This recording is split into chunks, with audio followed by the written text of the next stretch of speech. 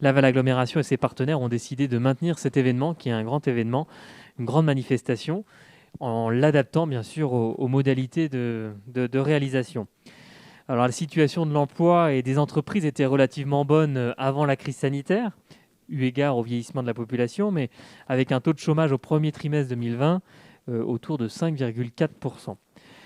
De nombreuses entreprises cherchaient des salariés et ne parvenaient pas à en recruter. Et malgré un arrêt brutal de l'activité économique à partir de mars 2020 et une augmentation très forte du nombre de demandeurs d'emploi sur le territoire, j'entends depuis le mois de septembre à nouveau des difficultés de recrutement dans les entreprises. On peut, et je l'espère, considérer qu'une partie des acteurs économiques a pu retrouver un certain niveau d'activité d'avant-crise. Et j'ai pu constater en tout cas la capacité d'adaptation de nos entreprises sur notre territoire, avec la série de visites que j'ai entrepris avec les vice-présidents Yannick Borde et Nicole Bouillon, notamment chez GIS, chez Gruau, chez CC Environnement, chez Faral. J'ai néanmoins une pensée pour le commerce, l'hôtellerie, la restauration, le monde du spectacle et de l'événementiel qui souffrent actuellement profondément en termes d'activité économique. Alors les prochains mois seront probablement décisifs pour consolider une reprise durable de l'activité.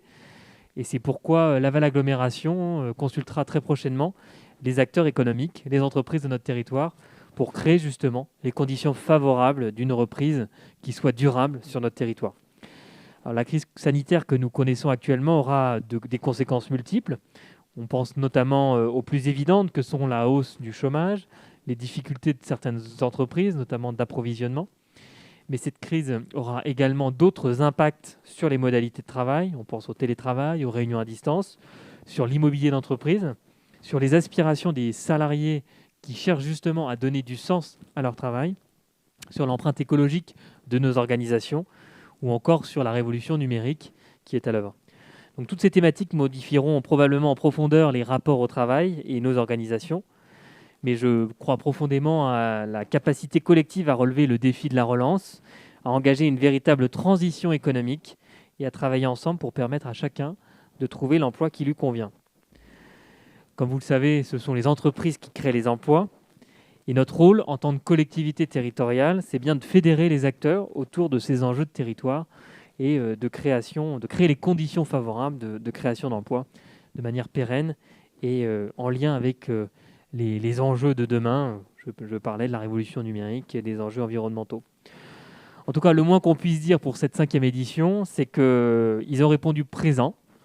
C'est pour cette semaine de Laval Emploi, c'est 140 entreprises mobilisées, 70 acteurs de l'emploi, de la formation, des syndicats professionnels, consulaires qui ont travaillé avec nous sur ce projet, et je pense qu'on peut les remercier. Cette mobilisation collective est en soi une grande réussite, malgré les conditions dans lesquelles on est en train de la réaliser. Alors pour revenir à l'essentiel, pourquoi une semaine de l'emploi ? Justement pour traiter toutes les problématiques de l'emploi dans toutes ses dimensions, l'attractivité des compétences sur notre territoire, l'image des métiers porteurs auprès des jeunes, le recrutement, la mobilité professionnelle, la création d'entreprises sont autant de leviers pour répondre aux besoins des compétences des entreprises que nous pouvons justement activer. J'aimerais insister sur la jeunesse que nous devons d'accompagner dans la formation à travers le développement de l'apprentissage, des chantiers d'avenir, mais aussi sur l'entrée de la vie active, car grâce à eux, on pourra faire perdurer l'activité économique sur notre territoire. Donc, il ne doit absolument pas y avoir de génération sacrifiée Covid, et c'est pourquoi nous ferons tout ce qui est en notre pouvoir pour accompagner cette jeunesse vers l'insertion économique. La semaine Laval Emploi, c'est aussi la volonté de présenter aux Lavallois, aux Mayennais, et même au-delà de nos limites départementales, des opportunités d'emploi, de mobilité, et un territoire qui est justement dynamique d'un point de vue entrepreneurial et qui se mobilise autour de cette thématique de l'emploi. Cette soirée de lancement sera placée sous le signe de l'adaptation des entreprises pour relever le défi de la poursuite d'activité de la relance, adaptation des modes de travail liés aux mesures sanitaires, adaptation des modalités de recrutement. Elles doivent nous permettre de réfléchir collectivement au monde d'après, et je crois que les témoins mobilisés ce soir en sont de parfaits exemples. Je les remercie de leur présence. Et je vais donc pour cette soirée laisser la parole à notre animatrice, donc Christelle Campion de l'APEC, à qui je laisse la parole. Merci beaucoup. Merci. Merci, Monsieur le Président, pour cette introduction qui resitue bien les enjeux du territoire et la nécessité de s'adapter. Nous-mêmes, nous avons été en première ligne sur cette question de l'adaptation et merci beaucoup aux équipes de Laval Agglomération. Merci à vous d'être présents avec nous en direct sur YouTube. Vous pourrez poser toutes vos questions par chat et nous les transmettrons à nos invités à la fin de leur témoignage. Nous sommes ensemble à peu près jusqu'à 19h45. 20h. Je remercie nos témoins qui vont bientôt arriver. Je vais les appeler tout à l'heure. Mais d'ores et déjà, je remercie Bruno Bouygues, le président de GIS, Nicolas Chevrier, le directeur innovation et des sites Jouve en Mayenne, et Élodie Cavaroc, responsable ressources humaines, et Pascal Davous de Seb Moulinex à Mayenne. Ce qui me marque le plus avec cette crise sanitaire, c'est à quel point nous sommes tous touchés par ce qui se passe à différents niveaux. Nous avons dû tous nous adapter, dépasser nos peurs, s'adapter à un nouveau contexte de travail. Et je présenterai tout à l'heure quelques chiffres qui nous permettent de bien prendre en compte l'ampleur de ce qui se passe actuellement. Mais ce qui nous tient le plus à cœur avec cette soirée, c'est que vous puissiez avoir une vision un peu plus intime de la manière dont les entreprises se sont adaptées à ce contexte inédit. Et nos invités témoigneront sur les décisions stratégiques qu'ils ont dû prendre, sur le télétravail auquel ils ont dû faire face de manière massive et dans l'urgence, le management, comment ils ont adapté leur mode de management pour fédérer les équipes à distance. Nous parlerons aussi de recrutement et des perspectives de recrutement jusqu'à la fin de l'année. Nous parlerons de la créativité dont ils ont fait preuve aussi dans certains contextes pour pouvoir pallier à des besoins de compétences.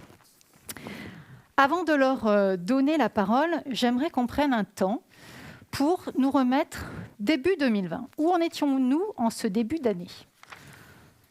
On le sait, il y avait des mouvements de contestation assez importants dans la société française. Les Gilets jaunes en ont témoigné. Mais en matière d'emploi, la situation était la meilleure que nous ayons connue depuis de nombreuses années. Le taux de chômage était au plus bas. On était à 8,2%, le plus bas depuis la crise de 2008.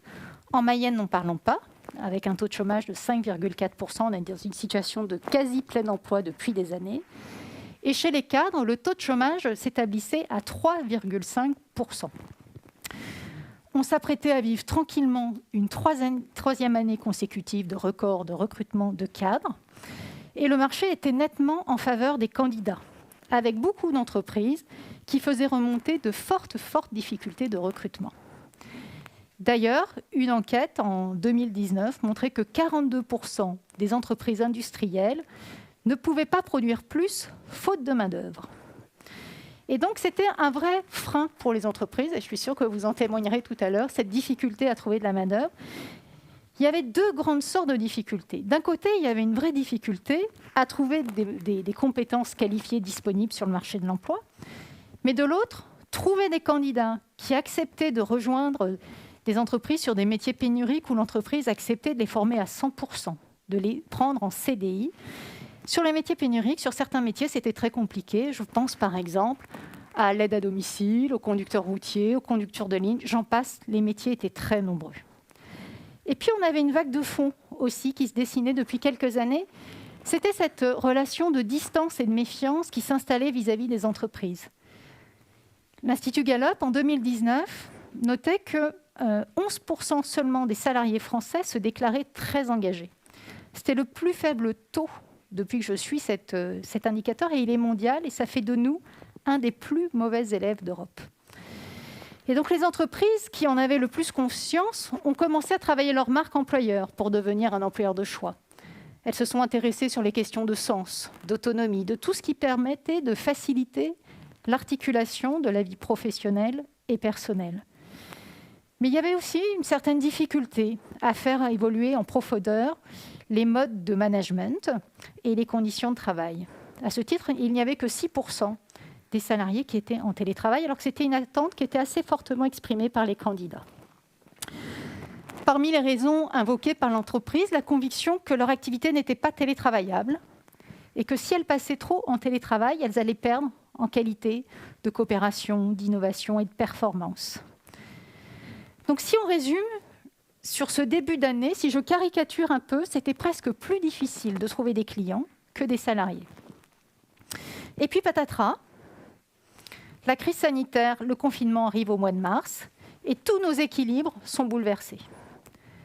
Côté salariés, en moins de 15 jours, on passe à 25% de salariés en télétravail et des secteurs entiers qui s'étaient déclarés non télétravaillables, je pense à la banque, je pense à l'expertise comptable par exemple, passent massivement tout leur personnel en télétravail.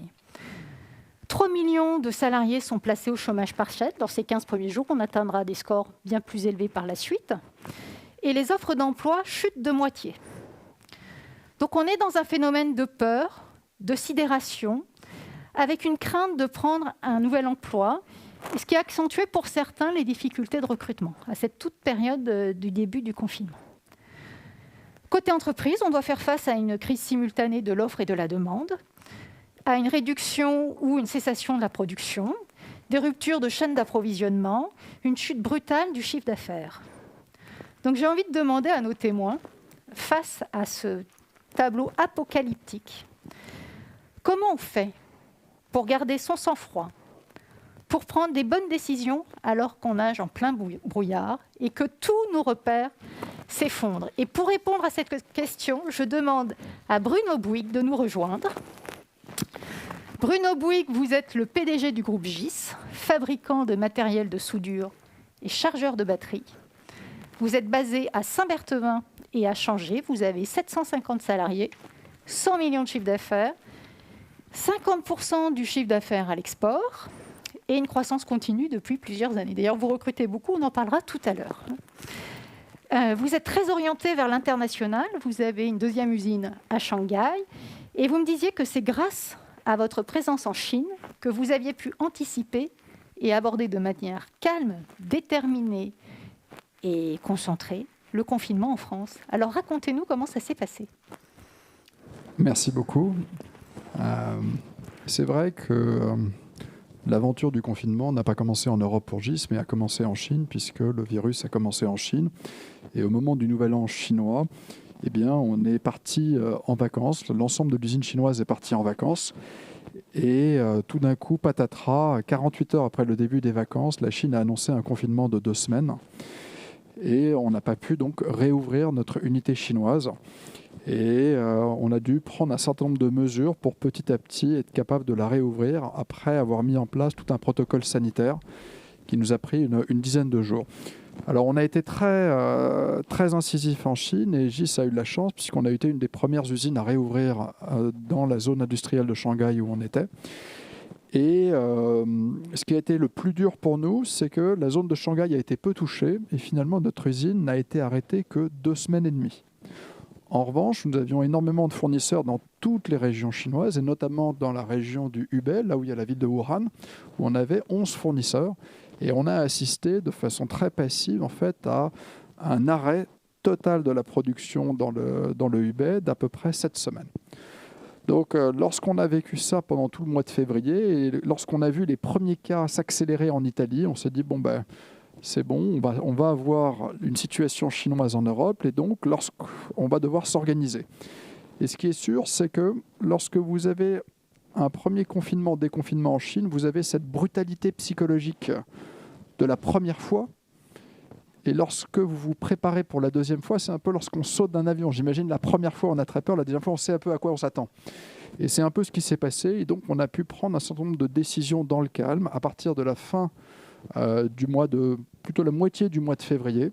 Donc, on a pris 4 décisions qui ont été importantes.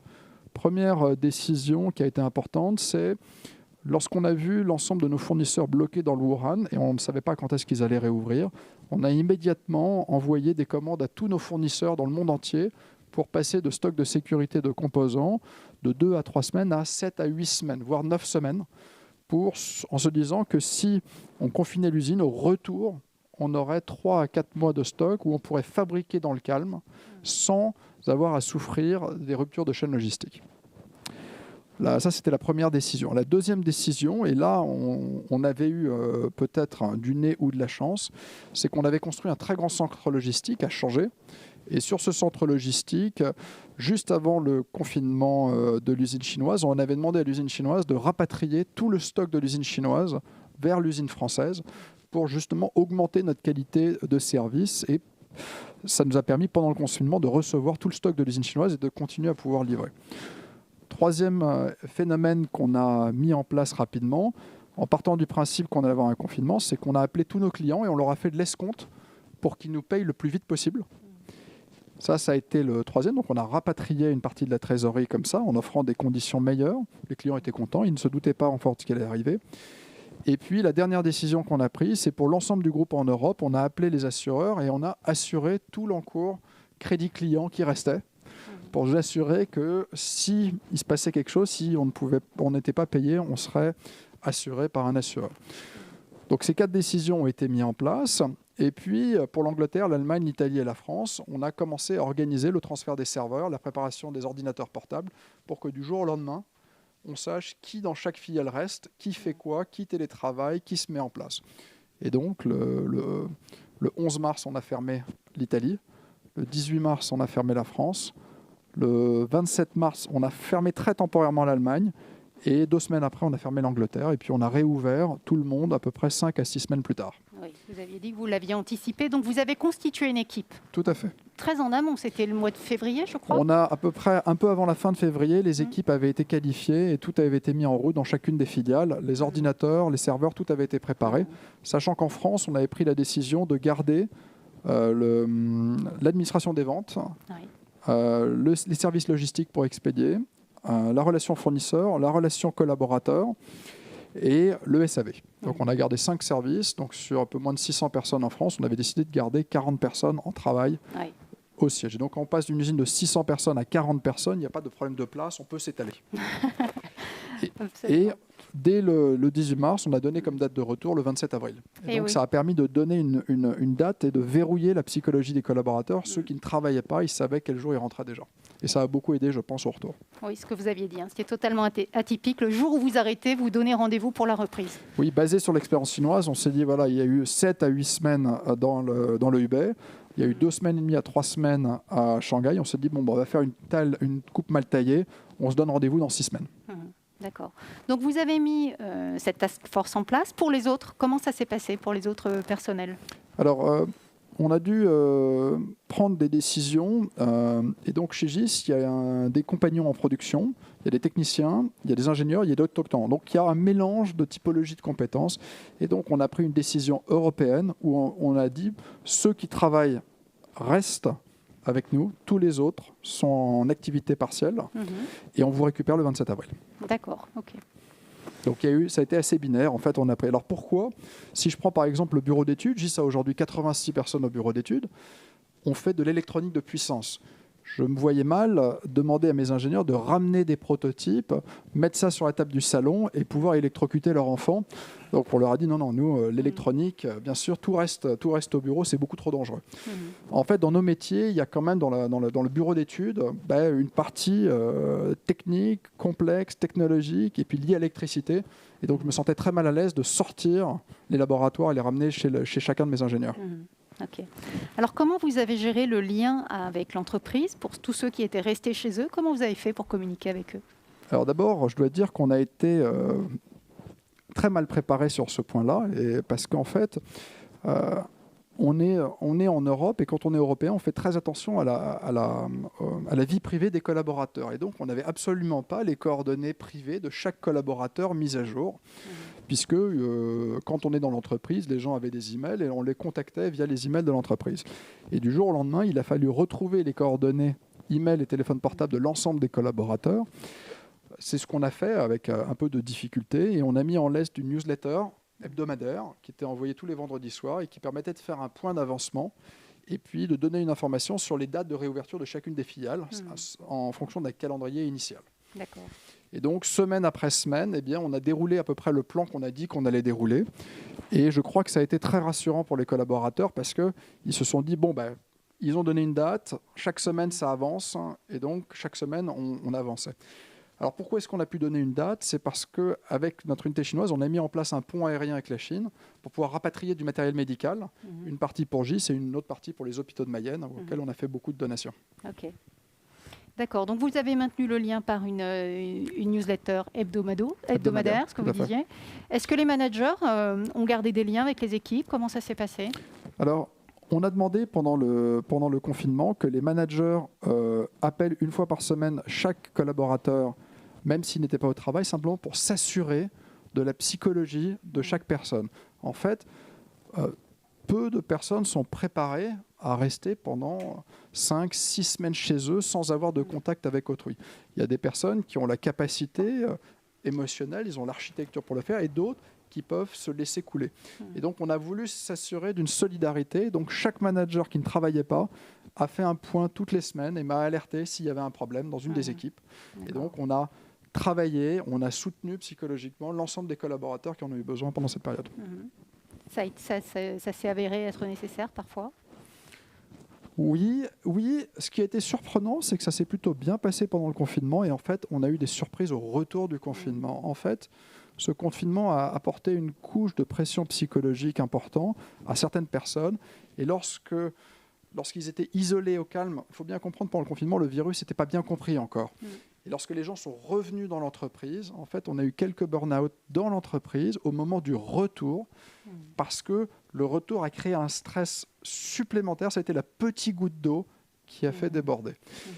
Et donc, eh bien, on a pris du temps, on a dialogué avec chacun des collaborateurs ou des collaboratrices, et quelques semaines plus tard, tout le monde était retourné au travail calmement, et ça s'est bien passé. Aujourd'hui, on n'a qu'une seule personne qui ne soit pas rentrée pour une problématique de maladie.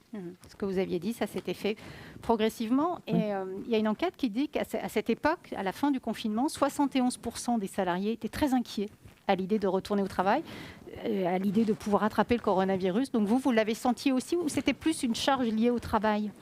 Alors, c'était... Nous, on a pris la décision donc, de faire rentrer les collaborateurs le 27 avril par quorum de 25% sur 4 semaines. Donc, on a appelé les collaborateurs et la première semaine, on a eu à peu près un collaborateur sur 2 appelé qui a dit oui. Donc, on a rappelé jusqu'à ce qu'on ait notre quorum. Après, la deuxième semaine, on a rappelé, et c'est au partir de la troisième semaine qu'on a véritablement eu les personnes qui avaient véritablement des peurs à retourner. Donc, ce qu'on a organisé, c'est qu'on a organisé des demi-journées de visite pour voir comment on était organisé. Parce que écrire dans une lettre, finalement, nous avons des masques, nous avons des protocoles sanitaires, il y a du gel hydroalcoolique, c'est bien. Après, le voir les sécurités, les segmentations, tout ce qui a été fait, ça a beaucoup rassuré. Donc, en fait, chaque personne, à chaque fois qu'on avait un refus de retour, qui était motivé par une peur, on lui a demandé d'être accompagné par un autre collaborateur et de venir la semaine d'avant du retour pour simplement passer 2 heures pour voir. Et en fait, le 2 heures pour voir, en voyant que ça se passait bien, eh bien, le jour du retour, le stress avait baissé. Donc petit à petit, vous avez levé les peurs, est-ce que vous disiez, à l'exception d'un cas lié, tout le monde est revenu aujourd'hui? Tout le monde est revenu aujourd'hui avec un pari qu'on a fait qui a été très motivant pour les équipes, qui a été de dire, voilà, non seulement on revient avant le 11 mai, donc on revient le 27 avril, mais on va faire le pari de la pénurie. On va faire le pari que même si l'unité n'a pas produit, donc les ventes, même si on avait des stocks, étaient très faibles, on va monter la production à des niveaux jamais atteints, en partant du principe que les ruptures dans les chaînes logistiques chez tous nos confrères créeraient des problèmes pendant l'été. Et donc, on a, au lieu de redémarrer à 60-70%, on a redémarré à 130 ou 140%.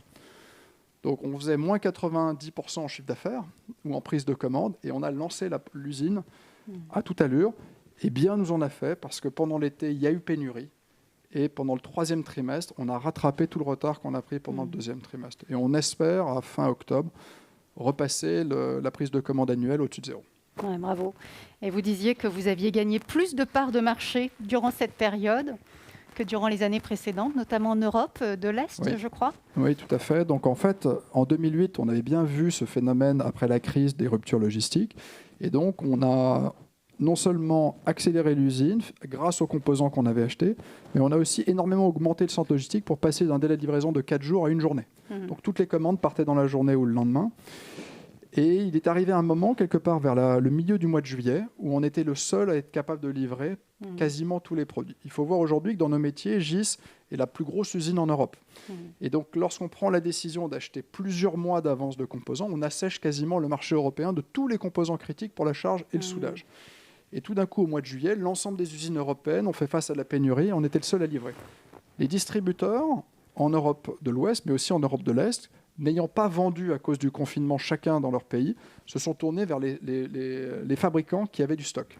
On était le seul à avoir du stock, et donc ils sont se tournés vers nous. Et donc en l'espace de moins de 10 semaines, on a pris plus de nouveaux clients que dans les 10 dernières années. Oui.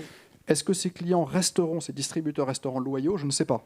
Mais en tout cas, ça nous a donné un socle sur lequel on s'appuie et qu'on essaye de maintenir le plus longtemps possible, parce qu'on se doute bien que le marché va baisser, mais avec plus de distributeurs, on va peut-être pouvoir toucher des nouveaux types de clientèle qu'on n'avait pas aujourd'hui. Et oui. Et c'est une nouvelle phase dans votre vision stratégique. Vous m'aviez dit, j'ai 3 phases, le sprint, le marathon, le saut d'obstacle. Est-ce que vous pouvez développer un petit peu? Voilà, donc dans le plan stratégique, on a écrit, en fait, sur 2020 et 2021, on a prévu 3 phases pour GIS. Une première phase qui était donc pendant le confinement jusqu'à la fin du mois de septembre, qu'on a appelé sprint, où il fallait se dépêcher de fabriquer pour en fait prendre des parts de marché à un moment où il y aurait de la pénurie. La pénurie est en train d'arriver à terme. Pourquoi? Parce que les bateaux sont arrivés de Chine, d'Asie, enfin de tous les pays. Donc toutes les usines européennes maintenant n'ont plus de problème de pénurie et peuvent livrer. Et donc on entre maintenant dans une période où ces usines qui ont été à 60-70% essayent de regagner des parts de marché. Il y a une très forte pression sur les prix. Donc là, jusqu'à peu près l'été de l'année prochaine, j'ai appelé ça une période qu'on appelait une période de marathon, où il va falloir tenir des prix dans un marché de baisse des prix très tendu. Et pour ça, pour y arriver, il faut qu'on intensifie le bureau d'études, qu'on continue à investir sur le commercial français et international. Donc c'est ce qu'on fait. Donc là, en ce moment, on investit beaucoup en Italie. Et on a agrandi nos équipes en Angleterre, en Allemagne et en France. Et le bureau d'études aussi toute l'année. Et cette période va durer à peu près jusqu'à l'été. À partir de l'été, il y a une série de sauts d'obstacles, parce qu'en France, on a le PGE, les premières tranches seront à rembourser, mais dans d'autres pays, il y a beaucoup d'arrêts de subventions nationales, et on espère qu'elles seront compensées par des aides européennes qui arrivent à terme. Et là, c'est ce qu'on appelle la période saut d'obstacles, qui va durer pendant plusieurs mois, je pense peut-être jusqu'à la fin de 2021. Donc 3 périodes qui nécessitent 3 types de stratégies différentes. Et donc là, pour l'instant, on réfléchit à comment passer la période saut d'obstacles qui commence à partir de l'été de l'année prochaine. Absolument. Et donc cette manière d'avoir une vision claire et de la communiquer à vos équipes, ça a été payant, si j'ai bien compris, parce que vous disiez que dans l'impact de la crise, on parle beaucoup des impacts négatifs, mais il y a aussi des bénéfices, et vous sentiez une appartenance renforcée au groupe. Oui, quand on a repris cette entreprise avec mon père, il y a maintenant 21 ans, ça a mis du temps à créer une culture d'entreprise. Et on a vu en 2008, pendant la crise, que l'ensemble des collaborateurs et des collaboratrices se sont regroupés autour du projet d'entreprise parce qu'à un moment, il y a un danger et ça a cristallisé un début de culture d'entreprise. Et ce qui est assez intéressant, c'est qu'entre 2008 et 2020, chacun des collaborateurs et des collaboratrices ont fait leur maximum pour faire avancer l'entreprise, mais dans l'urgence du quotidien. Et tout d'un coup, vous avez une période de confinement pendant laquelle le temps s'arrête, le temps s'allonge, et vous avez le temps de réfléchir, d'ailleurs à vos choix personnels, mais aussi à votre entreprise, à votre lien avec l'entreprise. Et la France, en augmentant le tarif du remboursement de l'activité partielle, a maintenu un lien très fort entre l'entreprise et le collaborateur. Et finalement, au retour, le collaborateur s'est dit, eh bien, vous savez quoi, l'entreprise, j'aime bien travailler pour cette entreprise. Et donc, on a senti un resserrement très fort autour des valeurs, autour de l'ADN de l'entreprise en 2020. Et je pense que c'est très important et ça va nous aider à avoir un très bon socle pour continuer à avancer 2021-2022. Oui. Est-ce que vous envisagez des nouveaux modèles d'organisation ou au fond, ce que vous avez mis en place là, durant cette période vous laisse penser que l'organisation début 2020 va durer comme ça, 2021-2022 ? Alors, je crois que les modèles d'organisation doivent évoluer parce que les civilisations évoluent. Si vous me demandez, est-ce que le Covid va créer une révolution de chantier ou de palais sur quelques mois? Non, pas chez nous. En revanche, on a beaucoup parlé du télétravail, du numérique. Je dois vous confier que chez nous, on n'était pas forcément prêt de façon pragmatique, aussi bien en production qu'en commercial. Donc je pense qu'il y a beaucoup de sujets sur lesquels on doit travailler pour être plus près. Il faut aussi réfléchir à la culture d'entreprise parce que l'innovation qui est fondamentale chez nous, elle vient d'un certain nombre d'interactions un peu informelles à l'intérieur d'un lieu unique. Si le regroupement de collaborateurs autour d'un bureau n'était pas une forme optimale de travail, ça ferait longtemps que les bureaux auraient disparu.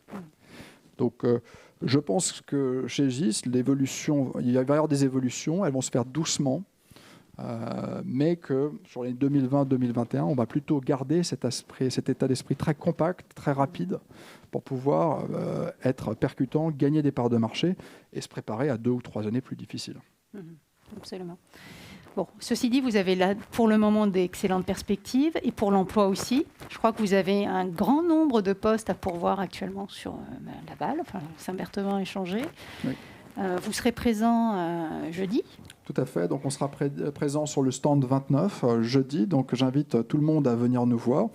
Et on a sur notre site internet entre 20 et 25 jobs qui sont ouverts, aussi bien dans la production que dans les services commerciaux France et export, dans le design, dans les parties techniques aussi bien au SAV, en technique de production et en bureau d'études. Donc il y a des jobs à tous les niveaux et pour tous les profils. Donc je vous invite à venir voir Aurélie Guyot qui sera là jeudi, stand 29. Ok. Alors quelques mots pour convaincre les candidats potentiels. Pourquoi vous rejoindre vous ? Alors en Mayenne, il y a beaucoup d'entreprises merveilleuses. Je pense que ce qui différencie GIS des autres entreprises, c'est qu'on travaille sur des produits qui sont dans une mutation technologique exceptionnelle. Il y a 20 ans, un poste de soudage, c'était un gros transformateur. Aujourd'hui, c'est une carte électronique, c'est des technologies d'objets intelligents connectés. Donc, ce que je propose, c'est de nous aider à participer à cette révolution technologique et de continuer à transformer nos produits vers plus de digital, plus d'intelligence, plus de communication et surtout plus de robots, plus de mécanisation. Voilà. Donc, il y a énormément de sujets qui demandent beaucoup plus de compétences. Et donc, si les gens aiment l'industrie, je pense que chez GIS, ils seront bien servis. Oui, et puis en évolution de compétences aussi, parce que tout ceci nécessite que les équipes soient formées régulièrement. Je crois que c'est régulièrement le cas chez vous. Oui. Il y a une vraie culture de formation pour formation pouvoir interne et formation externe, tout à fait. D'accord. Et puis pour conclure, j'aimerais, pour vous, un conseil pour des gens comme ça qui doivent gérer ce contexte si particulier, un mot pour un chef d'entreprise. Qu'est-ce qui est si important à mettre en place ou à proposer aux salariés pour passer le cap là ? Je pense que toute entreprise, il faut absolument avoir une vision, un projet, des valeurs et surtout rappeler à l'ensemble de ses collaborateurs que des crises, il y en a eu, il y a eu des guerres et les États, les pays, les entreprises ont pour la plupart survécu. Dans le contexte actuel, ce qui pour moi est très rassurant, c'est de voir la newsletter de l'OMS qui dit que le premier vaccin va entrer dans sa phase 4 dans à peu près 4 semaines. Que les 15 suivants devraient arriver en phase 4 dans le milieu de l'année prochaine. Et donc, il est probable qu'on ait peut-être 200, 300, 400 millions de vaccins disponibles l'année prochaine, peut-être 1 milliard l'année d'après. Et donc, d'ici 2 à 3 ans, on va peut-être avoir dépassé complètement cette période de coronavirus. Donc pour moi, ce qui est important, c'est de préparer un projet en 2 étapes. Un premier projet sur les 2-3 prochaines années, sur lequel il faut faire le gros dos, protéger sa trésorerie, mais continuer à innover. Et après, redessiner un projet post-Covid. Et on ne parle pas dans 10 ans, on parle dans 3 ans. Donc voilà, donc il faut bien gérer ces 3 prochaines années et redessiner un projet un peu plus lointain, mais sur lesquels les collaborateurs puissent se projeter. Ce qui est le plus difficile pour les collaborateurs, c'est de ne pas pouvoir se projeter. Et donc voilà, donc il faut aller chercher quelques rêves. En anglais, on dit des moonshots. Eh bien, j'invite tous les chefs d'entreprise en Mayenne et ailleurs à créer quelques moonshots pour que ces collaborateurs puissent s'accrocher à cette vision et donc dépasser les 3 années qui seront difficiles dans tous les cas à venir. Merci beaucoup Bruno Bouygues. Je vous garde avec nous. Vous êtes toujours invité à poser vos questions en direct sur le chat. Donc, je les transmettrai à la fin de l'intervention de nos 3 intervenants. Je vais appeler maintenant Nicolas Chevrier à nous rejoindre sur la petite table orange. On changera les micros tout à l'heure. Donc Nicolas Chevrier, vous êtes le directeur innovation des sites Jouve en Mayenne. Jouve, c'est 650 salariés en France et les Mayennais vous ont longtemps associé à l'imprimerie. Mais vous avez cédé cette activité et aujourd'hui, vous êtes un acteur 100% positionné sur les métiers de la transformation numérique. Alors, on pourrait penser que pour une entreprise comme la vôtre, les activités sont facilement télétravaillables et que le passage au télétravail massif était aisé. Mais c'est une chose de le proposer pour certains en temps normal et c'en est une autre que de l'organiser à grande échelle dans un temps record. Alors racontez-nous comment s'est passée la mise en place du télétravail chez vous au moment du confinement. Alors, merci d'abord pour cette invitation et pour cette question. D'abord, dans votre introduction, on précise que Jouve a opéré déjà une transformation. Ça, c'était avant l'épisode Covid. Le hasard du calendrier a fait qu'on a opéré cette session au tout début d'année. Et donc, la preuve que nous-mêmes, nous nous transformons. Et notre métier, c'est d'accompagner nos clients dans leur transformation digitale. Donc, vous voyez la concordance un petit peu des missions. Donc, on se devait quelque part d'être exemplaire dans cet épisode. Mais ce n'est pas pour ça que c'était évident. Effectivement, tous les postes sont télétravaillables chez Jouve, presque. On a aussi des activités de production, alors rien à voir avec GIS par exemple en termes d'approvisionnement vis-à-vis de nos fournisseurs et autres. Nous, on était surtout inquiets de savoir si nos clients allaient nous envoyer des flux. Ils peuvent être digitaux, ils peuvent être papier. On a une activité assez importante de traitement de courrier entrant. Donc là, on était un peu avec cette épée de Damoclès au-dessus de la tête et on a subi des baisses de volume et des arrivées un peu hasardeuses de courrier.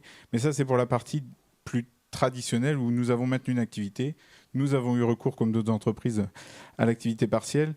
Mais pour tout le reste de l'entreprise, on se devait de trouver des solutions. Alors, on avait toutes les compétences, fort heureusement, techniques, d'infrastructure, compétences humaines aussi pour faire tout ça. Mais on ne l'avait pas fait avant. Jamais dans cette envergure et surtout jamais dans un timing aussi serré. Et on n'avait pas, nous, une activité chinoise qui nous aurait laissé penser que ça allait arriver et que donc oui, on était dans l'anticipation, oui, on avait pris des mesures. On télétravaillait déjà, seulement 11-12% de l'effectif par choix, avec une charte télétravail qui permettait aux collaborateurs de télétravailler un jour par semaine. Donc on y était déjà à petite dose. Et le confinement est arrivé. Et sur les 650 salariés du groupe en France, on a permis aux gens de télétravailler à hauteur de 480 salariés. Donc ça a été un big bang. En quelques jours, tout était opérationnel. Mais ça, c'est le volet technique. Et je ne le minimise pas parce qu'il y a des gens qui ont dû beaucoup travailler pour faire ça, pour le permettre. Bon, après, ça ne suffit pas. Et on a des PC, on ouvre des ports réseau, comme on dit, etc. On a nos clients aussi qui ont été compréhensifs, notamment, je ne les citerai pas là, mais notamment des clients dans le monde bancaire qui nous présentent des sécurités, des normes de sécurité très très fortes et qui nous ont permis de travailler dans un mode dégradé pendant un temps et permettre à nos salariés qui n'avaient pas besoin de ramener des appareils dangereux chez eux, mais qui ramenaient des traitements de données ultra sensibles. Donc ça a été vraiment un travail avec nos clients aussi pour permettre à nos collaborateurs de télétravailler. Donc ça, c'est le côté un petit peu logistique, technique, le côté client. Et puis après, il a fallu s'organiser parce qu'on n'avait jamais fait ça. On a des gens qui travaillent déjà entre sites, bien sûr, mais avoir toute une équipe comme ça à distance, même si effectivement on a une culture où on fait attention à partager, faire la part des choses entre le privé et le professionnel. Là, on est tous un peu rentrés dans la vie de nos collègues, qui en plus, je tenais à le dire, parce que c'est quand même quelque chose qu'on sous-estime. On a télétravaillé dans des conditions qui ne sont pas des vraies conditions de télétravail. Certains avaient les enfants, d'autres avaient du bruit, d'autres étaient à 3 ou 4 à télétravailler entre des lycéens, le conjoint, etc. Donc, c'était des conditions assez particulières en termes d'organisation, donc il a fallu mettre un petit peu d'huile dans les rouages pour permettre ça plus facilement. Et c'est passé alors par le management, certes, mais le management au sens large, pas les managers seulement, c'est la collaboration entre chacun, et en mettant, en prenant quelques initiatives avec, chacun a trouvé un petit peu son mode de fonctionnement, dans le sens où on n'a pas été trop directif sur la forme que ça devait prendre, parce qu'il y a des fonctions très différentes. On a des équipes R&D qui étaient déjà habituées entre sites à faire des petites réunions régulières. Bon, ben là, ils ont organisé un petit, je ne sais plus comment ils l'ont appelé, un café Teams ou ce que vous voulez, pour se réunir tous les matins, tous ensemble et créer du lien. ou maintenir du lien. On a aussi eu des gens qui ont carrément utilisé des outils complètement nouveaux pour eux, qu'ils ont appris en accéléré pour partager des séances de brainstorming, d'échanges. C'est comme on le disait à l'instant, les travaux notamment d'innovation, ça se fait en un lieu ordinairement. C'est là où les idées germent, c'est là où ça prend du sens. Donc il fallait pouvoir recréer ça. C'était aussi l'occasion de voir si tout le monde allait bien. Parce que ça, c'était une vraie inquiétude. Il y a des gens qui se sont réjouis du télétravail, pas du confinement au sens sanitaire du terme, mais il y a des gens qui étaient tout à fait dans l'attente de faire plus de télétravail, donc eux étaient plutôt satisfaits. D'autres n'en ont jamais demandé et ont complètement subi la situation, et comme je le disais à l'instant, dans des conditions qui n'étaient pas forcément les bonnes, quoi. Oui, on était en mode dégradé, et c'est vrai que dans les enseignements qu'on peut tirer du télétravail, il faut qu'on tienne compte du fait que ça a été fait en mode dégradé quasiment pour toutes les structures. Donc si on résume, en combien de jours vous avez été opérationnel avec 480 salariés aptes au télétravail? En une petite semaine. C'était la grande majorité en deux jours, c'était fait parce qu'ils avaient déjà des équipements informatiques. Alors soit de l'entreprise, soit, et là aussi, les collaborateurs ont joué le jeu, ont dit moi j'ai tout ce qu'il faut à la maison, il faut juste m'ouvrir les accès réseau, me permettre de pouvoir travailler. Donc en 2-3 jours, la majorité des postes étaient faits. Et on a en une petite semaine pour les postes qu'on n'avait jamais imaginé mettre en télétravail. En fait, c'est notamment les traitements de données sensibles dont je vous parlais avant. Là, il a fallu un petit peu plus de temps. Mais en une semaine, tout le monde y était. Donc vous disiez pas de consigne spécifique au manager d'un mode opératoire à suivre. Vous avez fait confiance à chaque manager pour qu'il puisse piloter la relation avec son équipe. Au niveau de la direction, quelle a été la communication mise en place? Il y a deux choses qui ont été faites. La première, c'est la mise en place d'un réseau social d'entreprise qui était planifié, sa mise en place, mais beaucoup plus tard dans l'année. Donc là, on a accéléré sa mise en place avec notre fournisseur de solutions.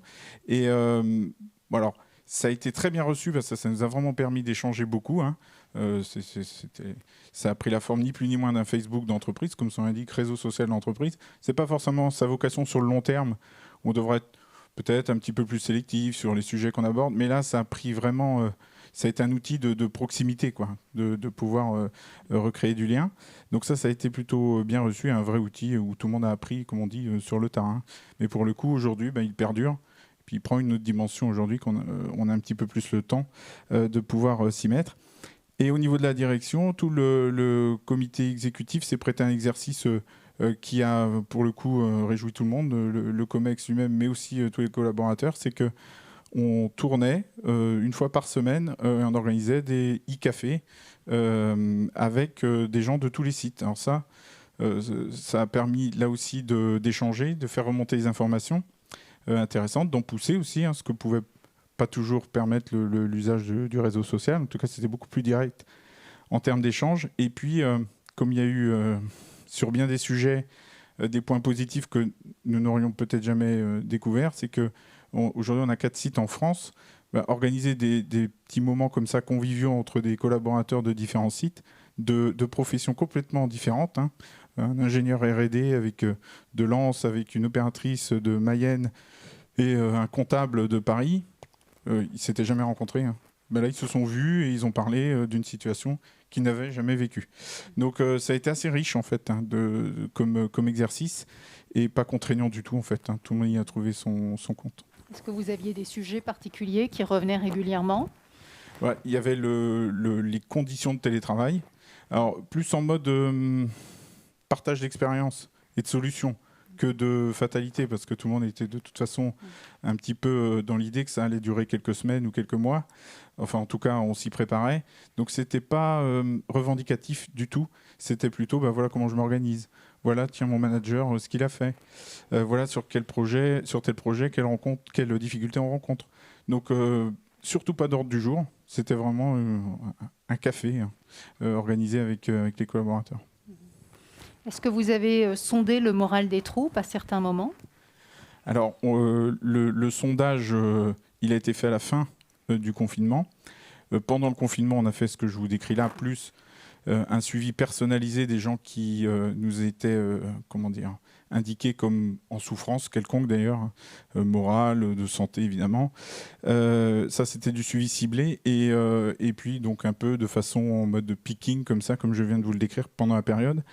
Et sorti du confinement, on a organisé un sondage dans l'entreprise avec, je sais plus, il y avait 20-25 questions assez précises sur le sujet des conditions de travail pendant le confinement, mais aussi on essayait de préparer une transition vers la réflexion au télétravail, puisqu'on va y revenir, mais nous, on va sans doute garder quelque chose en termes de télétravail de cette expérience. Et là, on a eu 60-65% de réponses sur ce sondage. Et c'est assez instructif. Alors, il y avait des choses qui coïncidaient parfaitement avec ce qu'on pouvait lire dans la presse par ailleurs, et puis des choses plus spécifiques à Jouve, hein, et on est en train de les prendre en compte au sein d'un comité de la transformation qu'on a mis en place pour travailler sur l'après-Covid. Parce que tout le monde en parle, mais on essaye d'avoir une réflexion Jouve sur le sujet, en regardant bien sûr tout ce qui se passe à l'extérieur, parce que c'est très enrichissant, mais on doit l'adapter, et on est en pleine réflexion là-dessus. À votre activité, vous disiez que beaucoup de salariés étaient en attente, hein, tout comme les sondages nationaux disent entre 67 et 80% des salariés attendent plus de télétravail, pas forcément à temps plein, mais une possibilité de télétravail, même si c'est ponctuel. Est-ce que ça ressemble aux chiffres que vous aviez en interne ? Ça ressemble à ce qui ressort de notre sondage, effectivement.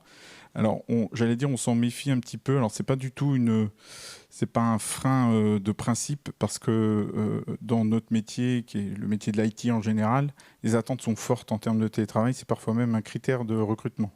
On a des candidats qui posent pas en première question, mais ça arrive très vite après, combien de jours de télétravail. Donc, c'est devenu un critère dans nos métiers. Donc, on est très attentif à ça. On considère aussi que c'est pas à forte dose, c'est dangereux. Premier point. On parlait d'engagement tout à l'heure. On n'a pas le même engagement. On a des gens qui se serrent les coudes. On a des gens sur une période courte, même si ça a été trop long, mais un peu condensé comme ça, où on voit germer des choses avec vraiment un côté, d'engouement sur des projets ou sur une idée.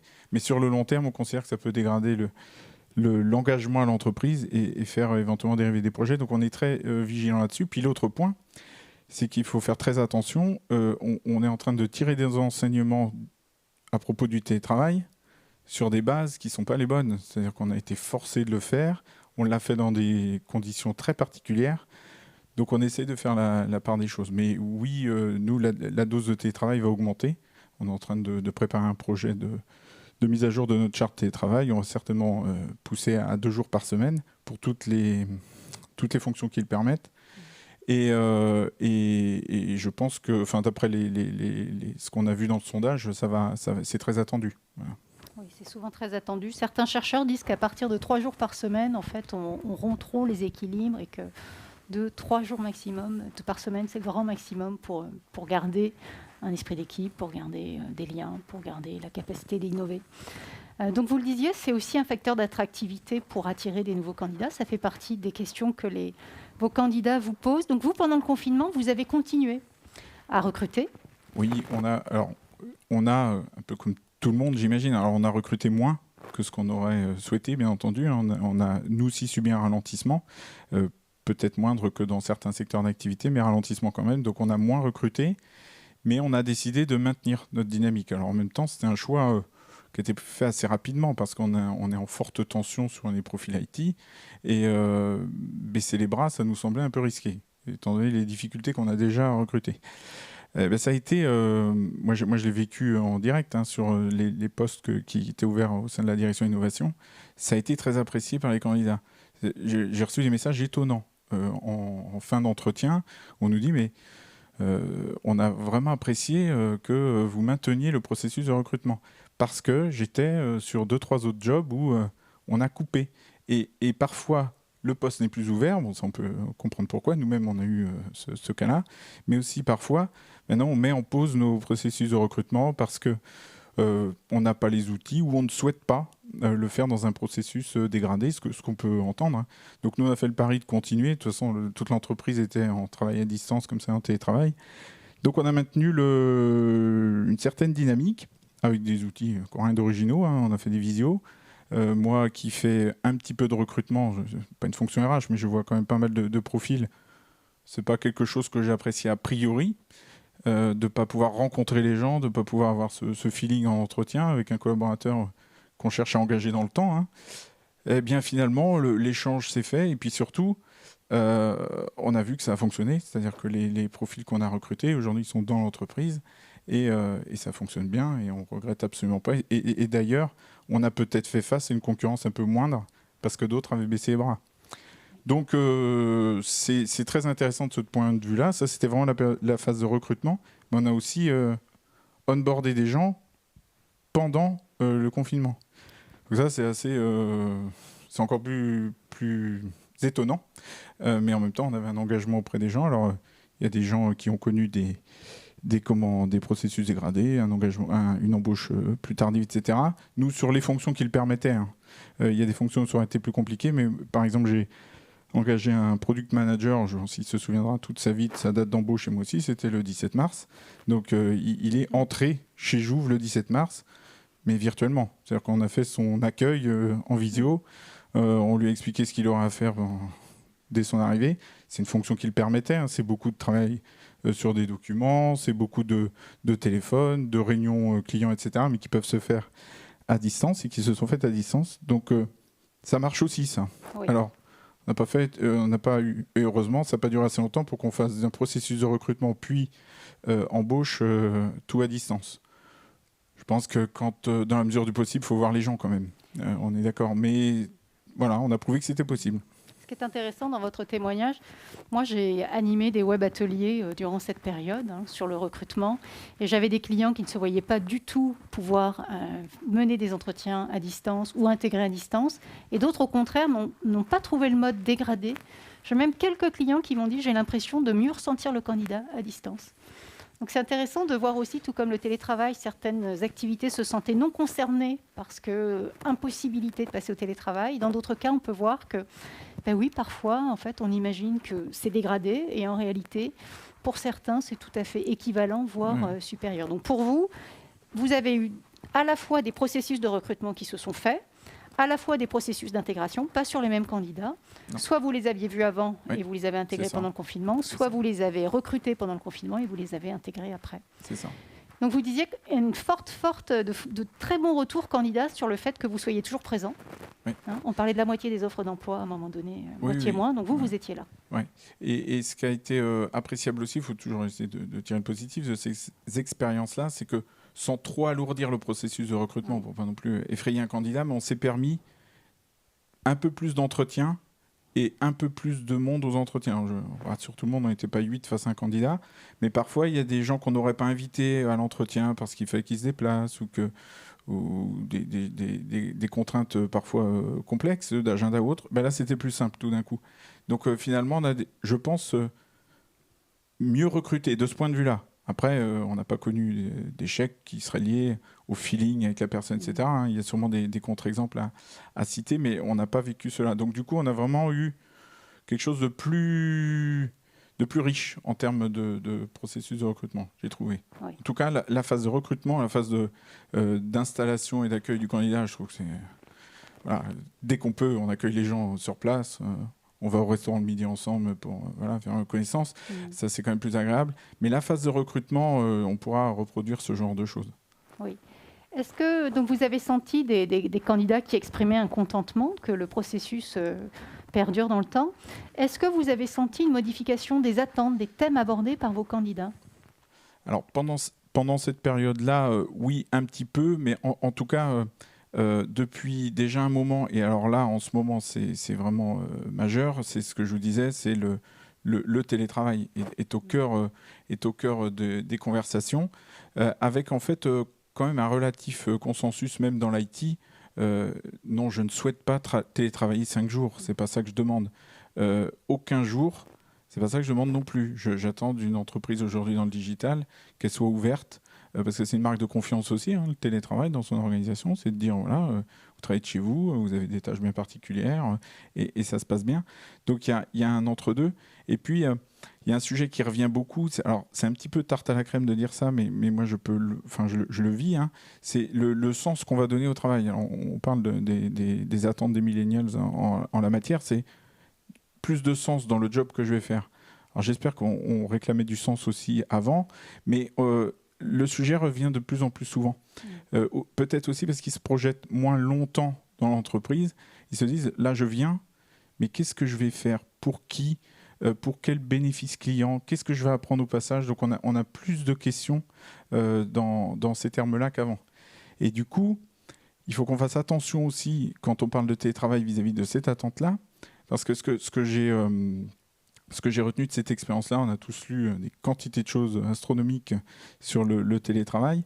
Mais il y a une phrase toute simple que j'ai retenue, c'est qu'on ne reviendra plus au bureau pour les mêmes raisons qu'avant. Quand on viendra au bureau, et moi je suis favorable au retour au bureau parce qu'on en a besoin d'échanger, on a besoin de sociabilisation, on a besoin de faire avancer les projets, il y a un certain nombre de gens, notamment les gens qu'on cherche à recruter, qui disent oui, ok, donc 2 jours de télétravail, très bien. Et comment vous êtes organisé au bureau ? Parce que si je viens au télétravail pour m'enfermer dans une bulle, c'est quoi l'intérêt ? Donc c'est quoi votre métier ? C'est quoi vos projets ? Comment vous les animez ? Ça, c'est des questions qui reviennent beaucoup. Absolument. Et vous soulignez pendant la préparation que l'entreprise, c'est aussi un lieu de vie, c'est un lieu où on rit, où on partage, et c'est un lieu de lien social. Et c'est intéressant de le repréciser à une époque où on a l'impression que le télétravail, c'est une panacée aussi. Je pense que c'est aussi ça le rôle de l'entreprise. Je pense qu'on a tous vécu à notre façon le confinement, tous quand même sous contrainte. Et on a quand même été contents de retrouver nos entreprises pour y retrouver cette vie, cette sociabilisation. Quand on a réouvert les sites sur Mayenne, alors peut-être que j'avais plus souvenir du son des enfants, etc. pendant le confinement, mais là, du coup, j'entendais complètement autre chose et ça m'a interpellé. J'entendais des gens discuter, j'entendais des gens rire, je voyais des gens se croiser dans les couloirs dans des conditions spéciales, à distance, etc. Mais les gens étaient contents de se retrouver. Donc, je pense que c'est aussi la mission des entreprises, c'est de permettre ce lien social. Pendant le confinement, on a vu quelques collaborateurs, d'ailleurs, la plupart étant mieux en ont parlé, qui nous ont dit, parce qu'ils sont célibataires, parce qu'ils ont une vie seule chez eux, etc., que c'était dur, que leur seul lien social, c'était au boulot. Donc, ça en dit long sur la mission de l'entreprise aussi. Oui. Alors, vous disiez, donc, vous étiez en pleine réflexion pour l'après, sur le télétravail, mais pas que. Vous aviez parlé peut-être de tiers-lieux, de coworking, qui sont aussi des pistes qui sont évoquées dans bon nombre d'entreprises. Ça fait aussi partie de vos sujets de réflexion ?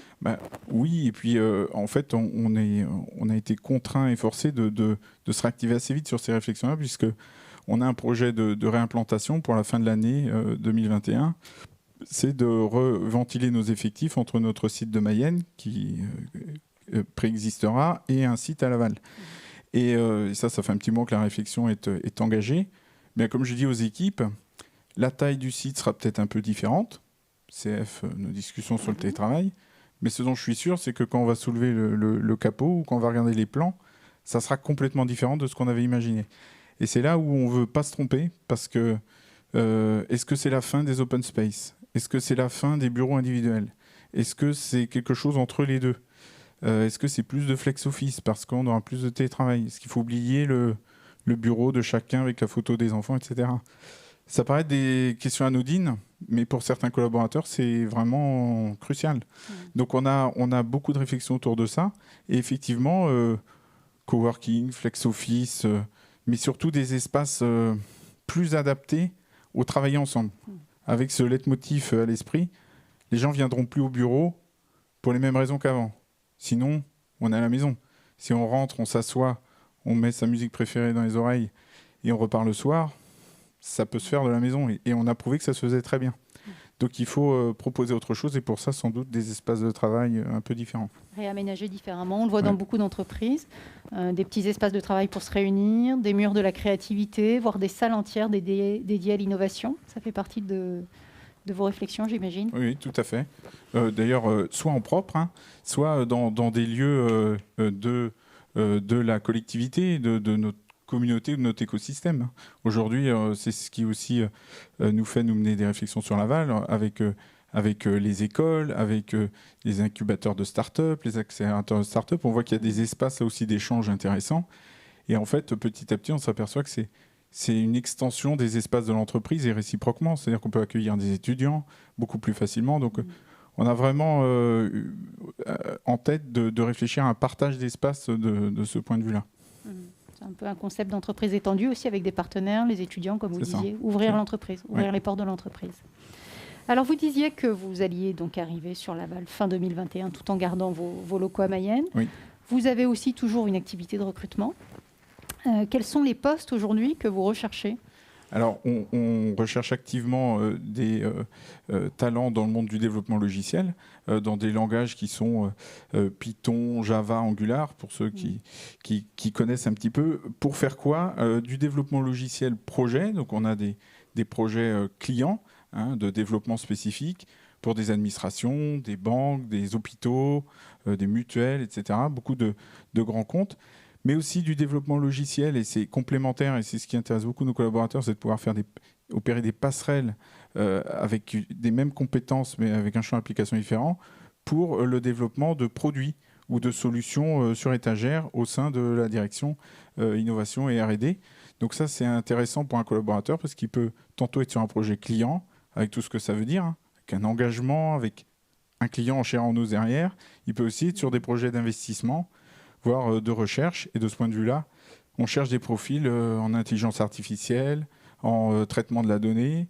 Et ça, c'est assez méconnu sur notre activité. Et pourtant, la plupart de nos experts sur ces sujets-là, ils sont à Mayenne aujourd'hui. Ils ne sont pas tous dans la Silicon Valley ou au Québec ou en Irlande. Chez les GAFAM, ils peuvent aussi être ici. On en cherche en tout cas. Nouvelle Silicon Valley de France, voilà. C'est Laval. Exactement. Et on peut faire... Est-ce que donc, ces postes s'adressent à des débutants comme à des confirmés ? Alors, on a des profils, on a des recherches sur les débutants, mais on aime bien de plus en plus démarrer avec des profils alternants ou stagiaires. Ça, c'est quelque chose qui fonctionne très très bien. Alors, je pense dans plein de métiers, dans le nôtre en particulier, et chez Jouve, c'est relativement récent. On parle de quelques années, mais en tout cas, on avait plutôt l'habitude de chercher des gens expérimentés et puis pour qu'ils soient rapidement opérationnels. Puis en fin de compte, on s'aperçoit que sur des métiers comme les nôtres, ça bouge tellement que d'avoir des jeunes talents qui sortent de l'école, c'est très riche, et que la période de stage ou d'alternance, c'est un formidable tremplin dans l'entreprise. On les connaît mieux, ils nous connaissent mieux, et en général, c'est bénéfique.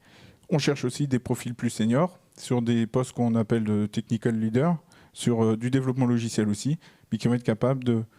Alors, pas d'encadrer, d'ailleurs, les gens ne cherchent plus trop à avoir des galons de manager, c'est pas ça qu'ils cherchent, ils cherchent à transmettre. Donc, c'est plus des mentors, des guides sur nos métiers pour justement encadrer des plus jeunes pour pouvoir les faire progresser au service des projets que je vous citais tout à l'heure. Alors, on annonce l'arrivée de 700 000 jeunes diplômés sur le marché de l'emploi d'ici à la fin de l'année. Est-ce que vous avez senti, vous, une modification des candidatures qui vous parviennent ? Oui, alors on sent qu'il y a beaucoup de demandes pour le coup, mais pas tellement en volume, mais pas tellement en nature, en tout cas pas plus que tout ce qu'on vient de se dire en termes de critères et d'attentes. Mais oui, il y a une dynamique et on peut un peu s'inquiéter pour cette génération, sauf à dire qu'il faut faire une priorité de tout ce qui est alternance, stage, etc. Nous, on a une initiative qui est un exemple. C'est le partenariat qu'on a avec l'école de l'IA de Microsoft à Rennes et qui intègre des profils éloignés de l'emploi et surtout éloignés de l'informatique et qui vont se former à l'intelligence artificielle. Donc ça, on ne fait pas ça que pour se faire plaisir sur le plan du RSE, n'est-ce pas ? Mais c'est vraiment intéressant parce que pour le coup, ça démontre que tout le monde peut y arriver dans le monde de l'informatique. Alors certes, il y a des compétences particulières, mais sur tout ce qui touche à l'intelligence artificielle, qui est un terme qu'on entend à tous les coins de rue aujourd'hui, nous, on a la prétention chez Jouve et chez d'autres, mais d'en faire vraiment et de former réellement des gens au sujet. Et c'est pointu, mais pour le coup, c'est beaucoup plus ouvert que bien des disciplines d'informatique. L'intelligence artificielle, il y a des champs d'application tellement énormes qu'aujourd'hui, on peut former des gens même éloignés de ce monde-là. D'accord. Et là, ces profils sont admis avec quel diplôme ? Alors, sur l'école de l'IA, ils sont intégrés sans diplôme particulier. Certains ont un bac, voire un bac plus 2 en toute autre chose que l'informatique. Bon, mais ça, c'est un exemple un petit peu isolé qu'on expérimente. Nos premiers stagiaires, ils arrivent début 2021. Là, ils sont à l'école. On les a rencontrés. On a fait un petit parcours d'intégration dans l'entreprise, mais ils ne sont pas encore dans l'entreprise. Pour le reste, on a plein d'écoles qui permettent d'accueillir ces profils-là. On a la chance d'en avoir sur Laval. On en a pas très loin sur Rennes aussi. Et on a des formations en France qui sont tout à fait adaptées à ce qu'on cherche. Qu'est-ce qui fait qu'aujourd'hui, un candidat choisit Jouve parmi d'autres prétendants ? Ce qui fait la différence, et c'est compliqué à démontrer lors d'un entretien, c'est pour ça que la confiance est importante et que l'échange il doit être de bonne qualité, c'est les projets. Aujourd'hui, on a des projets avec de grosses références dans le monde de la banque, de l'assurance, etc. Donc des grands noms. Donc ça plaît beaucoup. Et quand les gens arrivent chez nous, ils sont directement sur un projet de ce type-là. Ils ne sont pas un numéro au milieu d'une équipe de 100 développeurs. Donc ils ont tout de suite accès à des projets très intéressants. Et puis aussi à des projets qui ont du sens. Aujourd'hui, on fait une percée importante dans le monde de l'hôpital, sur fond de crise Covid aussi, puisqu'ils ont eu des enjeux de digitalisation plus importants du fait de la volonté de ne pas embouteiller les salles d'attente notamment. Eh bien ça, c'est des projets qui plaisent beaucoup, parce qu'on sait que ça sert tout de suite à une cause. Donc ça, on appuie très fort sur ces projets-là aussi pour convaincre. D'accord. Vous serez présent jeudi ? Oui, tout à fait. De l'emploi. Voilà. Donc je donne rendez-vous à tous ceux qui sont directement concernés donc, pour des métiers en informatique ou qui connaissent des gens qui sont intéressés pour œuvrer dans ce domaine. Allez les rencontrer. Vous serez donc jeudi au Salon de l'Emploi. Merci beaucoup Nicolas Chevrier. J'accueille maintenant Élodie Cavaroc, responsable ressources humaines du groupe SEB Moulinex, et Pascal Davous qui gère la formation. Alors on va changer, on va vous ramener une petite chaise et on va vous donner un micro puisqu'on a... Voilà, pour que vous puissiez être toutes les deux côte à côte. Donc, vous êtes fabricant de petits électroménagers. Vous employez un peu plus de 400 salariés donc, sur le site, à Mayenne. Et bien avant le confinement, vous cherchiez des solutions pour trouver des compétences qualifiées pour des besoins ponctuels. Et on n'en a pas parlé jusqu'à maintenant. On a parlé de recrutement, mais on n'a pas parlé de comment on fait quand on a un besoin de compétences qui ne va pas donner forcément lieu à l'ouverture d'un poste, mais qu'on a besoin d'un renfort ponctuel.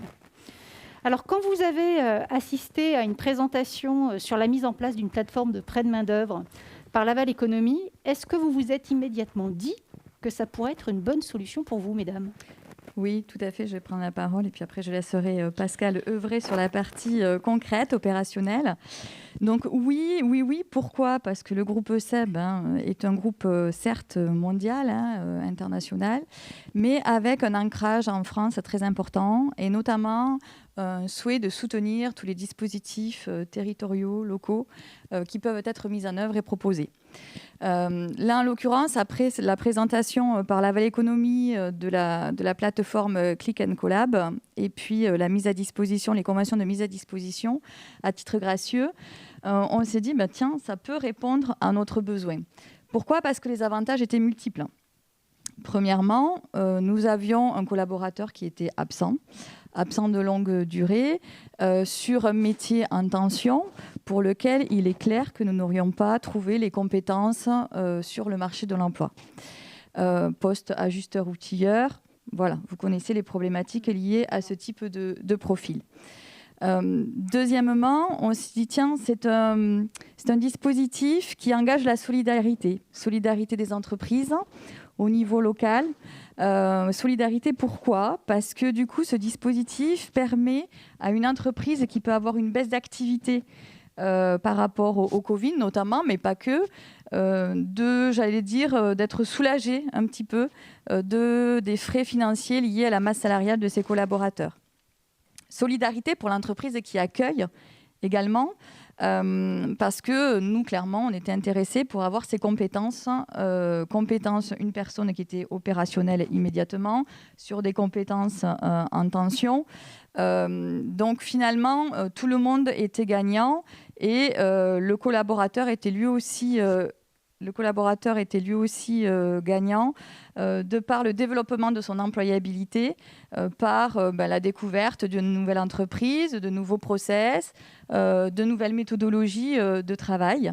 Donc effectivement, quand nous avons eu la présentation de ce dispositif par Laval Économie, ça répondait, je dirais, à la fois à nos besoins opérationnels et à l'esprit de solidarité et à l'esprit RSE qu'a le groupe SEB.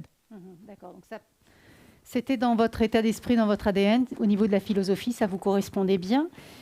Comment concrètement ça s'est passé ? Comment vous avez fait pour le mettre en œuvre ?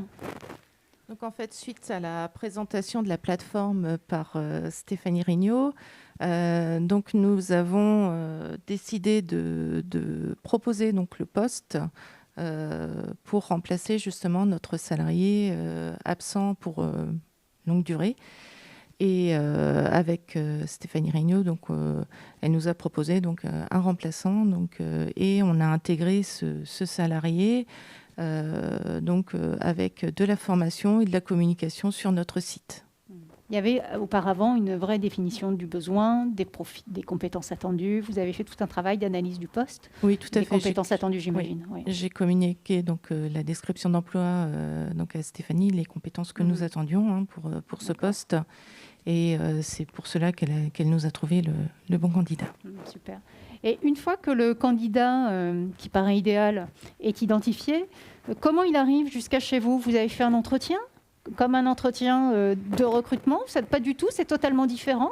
Non, alors là, c'est effectivement totalement différent. On parlait de solidarité et puis je crois qu'effectivement, le maître mot pour que le dispositif fonctionne, c'est également la confiance. La confiance entre les deux entreprises, parce que ce n'est pas du recrutement. Oui. Ça, je tiens à être très claire, ce n'est pas du recrutement. Donc, on est presque dans le se rendre service. Oui. Je parlais de solidarité, on est dans ce dispositif-là. Donc non, le collaborateur a été accueilli directement. On s'est mis d'accord, bien entendu, avec l'entreprise qui nous prêtait son salarié, avec le collaborateur également. Nous avons communiqué au niveau des équipes, au niveau également de nos représentants, de nos représentants du personnel. Derrière, l'accueil physique s'est fait simplement par l'accueil sécurité au poste du travail et puis par l'accueil par les managers, par les collaborateurs, ses collègues de travail, voilà, de façon très opérationnelle. Avant l'accueil sécurité, une première visite d'entreprise ou la découverte s'est faite lors de ce moment? Alors, la découverte de l'entreprise, le collaborateur en question connaissait notre entreprise dans le sens où il avait eu l'opportunité de venir sur site déjà au préalable. Et puis, lors de la visite sécurité chez nous, effectivement, il y a toujours une visite de site. Donc, il a pu conforter ses connaissances lors de cette visite le jour de son arrivée. D'accord. Vous disiez que la préparation de l'accueil de ce salarié qui est mis à disposition par une autre entreprise est vraiment fondamentale, que ça nécessite aussi de préparer ses propres salariés en interne. Oui, il est important de communiquer pour justement préparer l'intégration de ce salarié. Parce qu'en fait, donc il doit arriver dans un service, on communique sur son nom, il va participer à la vie de l'entreprise comme un de nos salariés. Donc c'est vraiment important pour son intégration de bien communiquer au préalable. De façon très opérationnelle et pour compléter, le collaborateur de l'entreprise qui nous a prêté, signe un avenant à son contrat de travail. Oui. Donc, en quelque part, il y a tout un dispositif après juridique pour la mise en place concrète. Donc, ça permet, lors de ces échanges entre l'employeur, son employeur actuel, et le collaborateur, d'échanger sur toutes les craintes, sur tout l'opérationnel, vraiment le côté pragmatique de toutes les questions qui peuvent se poser. Et oui, parce que vous disiez, cette mise à disposition a une fin qui peut se faire de deux manières. Oui, ce dispositif a une fin et c'est ça qui est très différent, à mon sens, de tous les autres dispositifs, je dirais, de recrutement en tant que tel, dans le sens où le prêt de main-d'œuvre à titre gracieux, parce que c'est comme ça que ça s'appelle, juridiquement parlant, doit être vraiment très ponctuel. Donc, c'est convenu déjà d'emblée entre les deux entreprises, en principe. Et puis, il doit y avoir une flexibilité très forte pour que l'entreprise qui prête le collaborateur puisse le récupérer quand effectivement son activité le nécessite et puisse du coup, elle aussi répondre à ses besoins d'activité. Voilà. Donc, ça nécessite une flexibilité des deux côtés. Et puis encore une fois, une solidarité, une confiance. Je dirais qu'un des facteurs clés de la réussite de ce dispositif, c'est également la confiance, l'engagement, la philosophie, être dans la même philosophie, toutes les deux entreprises pour réussir ce type de partenariat. Oui, vous le soulignez, puis vous aviez souligné aussi l'importance de bien communiquer en interne auprès des IRP. Là aussi, une question de confiance et puis de préparer tout le monde. Alors oui, question de confiance. Alors également question juridique, légale, obligatoire. Hein. Donc bon, déjà c'est la première base, mais également question de transparence là aussi. Pour que nos partenaires sociaux connaissent le dispositif, sachent de quoi ils retournent, qu'il n'y ait pas de crainte particulière vis-à-vis de ce collaborateur, et également pour l'entreprise qui prête le collaborateur, mais elle a le même exercice, et donc du coup de lever les craintes, de se dire, ben voilà, est-ce que c'est pas un collaborateur qui va partir finalement au bout de quelques temps, est-ce qu'il ne va pas postuler, entre guillemets, dans l'entreprise qui l'accueille. Et là, sur ça, c'est là où, effectivement, encore une fois, confiance, solidarité, je dirais presque jusqu'à éthique.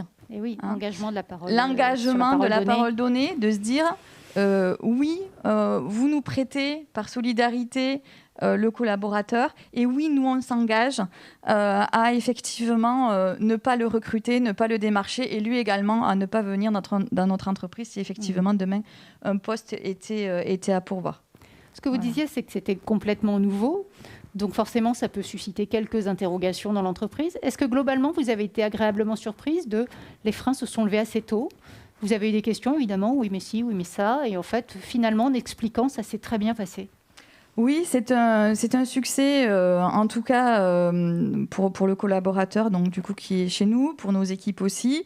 La preuve en est, c'est que ça s'est mis en place depuis début septembre et ça perdure. Voilà, donc on est au bout d'un mois de cette expérience. Donc on peut dire que c'est un succès. Et effectivement, si on a un jour l'opportunité de renouveler dans un autre contexte, pourquoi pas. Oui. Vous ouvrez la porte. Si à nouveau vous avez besoin d'un remplacement longue durée, un besoin ponctuel, pour vous, l'expérience est favorable. L'expérience est concluante, oui. Ouais, d'accord. En dehors de on a tout dit sur le prêt de main-d'œuvre ou on a oublié d'aborder des points? Non, bravo, mesdames, parce que c'est vraiment innovant. C'est vraiment, comme vous le disiez, hein, vous aviez à cœur de soutenir les initiatives locales. Bravo aussi aux équipes de Laval Économie de l'avoir proposé, parce que je n'en ai pas connaissance sur tous les territoires sur lesquels je travaille. Donc je trouve ça vraiment précieux qu'on puisse, face aux besoins de compétences que vous avez tous, et puis vous savez bien que vous avez besoin de compétences qualifiées, les plus rapidement opérationnelles, comme ça diversifier les solutions, diversifier tout ce que vous pouvez mobiliser comme solution pour pourvoir à votre besoin de main-d'œuvre, parce qu'on en a besoin pour faire tourner l'entreprise. L'activité chez vous actuellement, sur la fin de l'année, quelles sont vos perspectives? Donc, comme chaque année, nous sommes sur une période haute d'activité, étant donné que nous fabriquons des produits à forte valeur ajoutée, donc qui, en général, on a un marché qui est plutôt sur la fin d'année, hein, sur les fêtes. Donc, une haute activité jusqu'à fin décembre dans nos plannings de production. D'accord. Avec des recrutements, pour le coup, classiques à venir? Alors, nous avons un poste à pourvoir en ce moment, qui est un poste, je pense qu'on n'est pas les seuls à en rechercher de ce type-là, technicien de maintenance. Non, personne n'en cherche. Voilà, personne n'en cherche. Dans l'industrie, personne n'en cherche. Personne n'en cherche. Donc voilà, donc nous recherchons un technicien de maintenance pour un poste en CDI. À Mayenne, donc dans le nord du département. Mayenne. À Mayenne, oui. Merci beaucoup, mesdames, pour votre témoignage. Je vous invite tous à rester parce que c'est le moment des questions-réponses. Je vois des questions qui s'affichent. Vous les avez aussi. On les a sur le prompteur. Super, merci beaucoup pour l'affichage. Avec alors la première question piège avec cette période incertaine. Comment voyez-vous votre entreprise dans 2 ans? Qui se lance?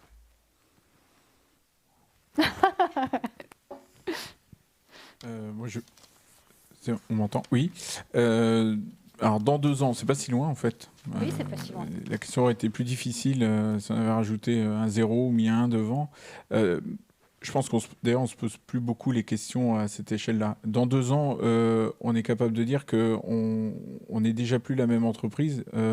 On est plus agile. Ça aussi, c'est le terme tarte à la crème, mais vous voyez, je ne me prive pas de les utiliser. Agile dans le sens informatique, hein. Pour le coup, on fait de l'agilité chez nous, mais plus que ça, dans la culture de l'entreprise. On aura traversé cette crise-là. J'espère qu'on n'aura pas d'autres crises de ce type-là, mais on est plus près que jamais. On aura adapté notre organisation, on aura traversé tout ça ensemble, et puis on aura peut-être recruté aussi, on l'a dit, dans le mode de recrutement différemment, mais aussi on aura peut-être recruté des profils différents, des gens qui nous permettent de plus d'adaptabilité. Donc voilà, je pense que j'ouvre dans 2 ans, c'est ça, ce sera une entreprise plus que jamais centrée sur le digital et qui pourra accompagner ses clients dans leur transformation de façon très très proactive avec des équipes qui auront trouvé leur mode d'organisation à la lumière notamment de ce qu'on aura vécu en 2020. Merci. Et pour vous, Bruno Bouygues, GIS, dans 2 ans? Dans 2 ans, je pense que GIS aura continué son déploiement à l'international. On vend aujourd'hui nos produits dans 130 pays, mais dans beaucoup de pays, on a encore une part de marché qui reste très modeste. Donc je pense que si je partage le plan stratégique, l'objectif est de doubler l'entreprise en 10 ans. Et pour ça, il y a 3 sujets. Déploiement à l'international via des nouvelles filiales, augmentation de la taille du bureau d'études pour être capable de sortir des nouveaux produits, et puis augmentation de l'implantation industrielle en Mayenne. Donc à Changé, par exemple, on a un permis de construire de 2,8 hectares. Le centre logistique, on a construit d'1 hectare. Donc on va devoir augmenter notre surface de production. Donc je vous dirais, sur 2 ans, on devrait réussir à faire une partie du plan stratégique. Maintenant, tout va dépendre de la vitesse à laquelle on arrive à produire les vaccins et sortir de cette période Covid. Oui, moi c'est une question alors qui n'est pas posée, mais que je voudrais poser. Peut-être, oui, si je la pose maintenant. Si reconfinement, on voit bien qu'il y a des reconfinements qui sont proposés ici ou là, de manière locale. Si reconfinement, comment vous voyez ça? Vous êtes prêts? C'est le reconfinement, c'est le confinement de trop? Alors, d'abord, au point de vue national, je pense qu'on peut rassurer tout le monde. On a confiné au point de vue national parce qu'on avait saturé les urgences. Donc, à l'heure actuelle, les urgences de France ne sont pas du tout saturées et on est, je crois, au dernier chiffre que j'ai lu dans les journaux, à peu près entre 5 et 6% de taux d'occupation dans les urgences. Donc déjà, on ne parle plus d'urgence, on ne parle pas de confinement national. En revanche, ce qui est sûr, c'est qu'on peut avoir des reconfinements locaux. Je ne crois pas que les outils industriels, pour l'instant, seront fermés, sauf s'il y a une explosion des cas dans une entreprise. Je vais voir beaucoup d'entreprises et beaucoup de fournisseurs en France, et ce que je vois, c'est qu'il y a des règles sanitaires qui sont quand même très dures. Je trouve que le civisme sanitaire a beaucoup progressé, et notamment au retour de l'été. Donc, mon sentiment, et encore une fois, je peux me tromper, je pense que dans le monde industriel, dans le monde de la création, dans le monde du digital, on ne va pas assister à des très grands confinements. En revanche, j'ai très peur pour l'hôtellerie, la restauration, les transports en général, où là, il peut y avoir encore des périodes d'arrêt. Et c'est pour ça que tous les jours, je regarde les informations sur les vaccins pour qu'ils sortent le plus vite possible. D'accord. Nicolas Chevrier, Jouve. Je pense que effectivement, si reconfinement il devait y avoir, mais on est tous d'accord pour dire que c'est de moins en moins probable et on peut tous souhaiter que ça ne se passe pas. Le plus inquiétant pour moi, ça serait pas tellement notre capacité à nous organiser. On a réussi à le faire sans être trop préparé. Donc aujourd'hui, on saurait faire. Évidemment, le point inquiétude numéro 1, ça serait le ralentissement économique associé, parce que là, ça peut être dramatique pour n'importe quelle entreprise. Et puis, deuxièmement, et je ne hiérarchise pas les deux problèmes, c'est l'impact psychologique sur les collaborateurs, parce que franchement, on n'est pas fait pour être enfermé chez soi à longueur de temps, et nos collaborateurs nous l'ont dit, on l'a vécu à titre personnel. Donc, on a parlé de burn-out tout à l'heure, je pense que les entreprises souffriraient, mais les collaborateurs en tant qu'être humain aussi. Donc je pense que ce serait ça quasiment le plus inquiétant plutôt que notre capacité à nous organiser. Aujourd'hui, voilà, on a fait face, on pourrait le refaire. Ouais. Bon, une grosse capacité d'adaptation de votre côté. Pour vous, est-ce que vous sentez une évolution dans les métiers que vous allez recruter par rapport à cette évolution dans 2 ans? Est-ce que vous sentez que vous allez recruter des profils totalement nouveaux ou des métiers qui n'existaient pas encore? Alors, nous, c'est certain. Alors, on est déjà dedans, mais ça va s'activer. Et d'ailleurs, je pense qu'il y a des passerelles avec le monde de l'industrie. On passe parfois, très souvent, de la French Tech et de la French Fab. Et en Mayenne, on a dû être les premiers à associer les deux couleurs de coq dans les discussions. C'est quoi les nouveaux profils? C'est tout ce qui est lié à la robotisation. Dans l'industrie, Bruno en parlera mieux que moi, mais pour le coup, dans le digital aussi, on parle de robotisation, d'automatisation. C'est des termes, je pense, on peut le dire, qui jadis faisaient peur. J'espère qu'on peut dire jadis. C'est-à-dire que ça a fait disparaître certains métiers. Oui. Moi, je peux témoigner que ça en crée beaucoup d'autres. Et on est qu'au début. Aujourd'hui, on le sait tous, on subit un traitement de la donnée. Et je pense qu'aujourd'hui, en France, en Europe notamment, on va chercher à remaîtriser cette donnée pour les citoyens que nous sommes, pour les assurés, pour les clients que nous sommes. Et donc, il va y avoir beaucoup de métiers qui vont émerger autour de l'automatisation du traitement de cette donnée et sa maîtrise. On parle dans notre métier de plus en plus d'éthique de la donnée. Vous voyez, quand vous prononcez tous ces termes-là, les métiers et les profils vont être assez variés et nouveaux, assurément. Oui. Et chez vous, Bruno Bouygues? Le plus surprenant, déjà, si je reviens en arrière, sur les 10 dernières années, au bureau d'études, on avait plutôt des profils d'électrotechniciens, mécaniciens et un tout petit peu d'électronique. Aujourd'hui, on voit bien une mutation vers de l'électronique, de très haute volée. Et puis, on parlait du digital qui rentre partout, la partie numérique entre, la programmation entre. Et je vais peut-être surprendre Nicolas. Mais aujourd'hui, dans la partie programmation au niveau de nos machines, on a une petite quinzaine de personnes qui travaillent de près ou de loin à la programmation de ces machines. Je peux imaginer que dans les 2 prochaines années, il y a besoin peut-être d'une dizaine de personnes de plus. En fait, on a fait, je vais donner un chiffre, ça va parler, on a fait un projet avec Tesla récemment, où on a fabriqué des machines pour Tesla aux États-Unis. Et dans cette machine, il y avait 1,5 million de lignes de code. Donc aujourd'hui, il y a 20 ans, un poste de soudage, c'était un transformateur. En 2020, il y a 1,5 million de lignes de code. Et peut-être que dans 10 ans, il y en aura le double. Et donc, il va falloir augmenter cette capacité à écrire du logiciel propriétaire machine. Oui. Donc, des besoins de compétences techniques plus pointues. Au-delà des compétences techniques, est-ce que vous voyez une évolution sur les compétences relationnelles, ce qu'on appelle les soft skills, chez vos collaborateurs? Est-ce que vous attendez des choses différentes? Sûrement plus de curiosité, afin de pouvoir recevoir de l'information. Moi, quand j'ai commencé ma carrière chez Joux il y a maintenant 17 ans, c'était encore, on avait encore la culture de la transmission. Je ne dis pas que ça n'existe plus. Je dis que c'est peut-être désuet comme terme, parce que le turnover est plus important, que l'engagement il est différent, il est peut-être pas moindre, il est différent. On parlait beaucoup de transmission. Quelqu'un s'en allait. Moi j'ai remplacé quelqu'un qui partait à la retraite et tout était organisé. Il a pu me transmettre. Aujourd'hui, on n'est plus dans des cycles où on peut faire ça aussi facilement. Donc on attend de chacun un degré d'ouverture important. Ça vaut pour le collaborateur qui arrive et puis ça vaut pour celui qui va transmettre. Et c'est pour ça que je l'ai évoqué tout à l'heure, mais on essaye de diminuer un petit peu la culture du tout management, en essayant d'expliquer que devenir manager, c'est pas la seule façon d'évoluer, mais aussi, moi dans mes équipes, j'en ai pas mal, des mentors. Moi j'ai des gens qui pour certains enseignent à côté. C'est aussi ça qu'on attend dans l'entreprise, c'est qu'ils puissent former à l'intérieur de l'entreprise. Donc il faut que nos collaborateurs les plus seniors soient ouverts à ça.